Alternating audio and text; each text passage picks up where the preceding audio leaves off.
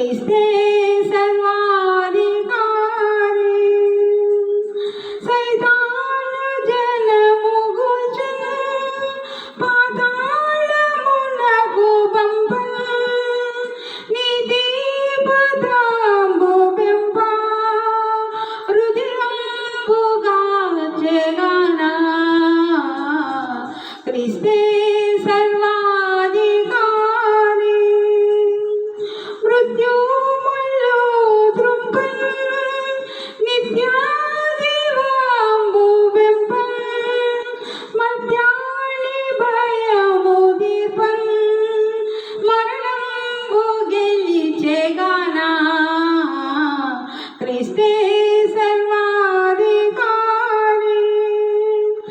పరమందు దివిజులైన దరయందు మనుజులైన ప్రతి నాలుగా మోకాలు ప్రభునే భజించుగానా క్రీస్తే సర్వాధికారి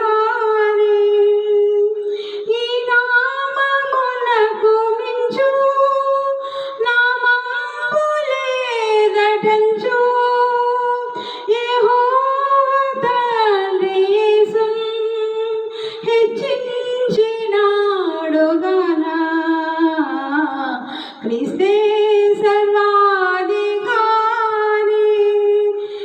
యెహోవా తండ్రి యేసును హెచ్చించినాడు.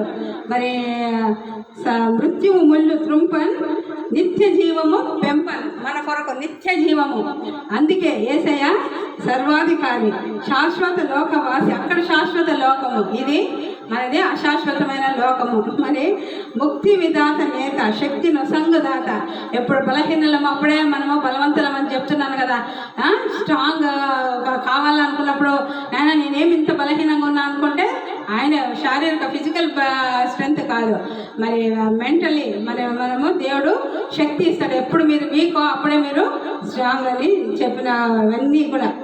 మృత్యు ముళ్ళు తెచ్చాడు. పరమందు దివిజులైన ధరయందు మనుషులైన ప్రతి నాలుక మోకాలు ప్రభువే భజించును గాక. బాబా ఎంత చక్కటి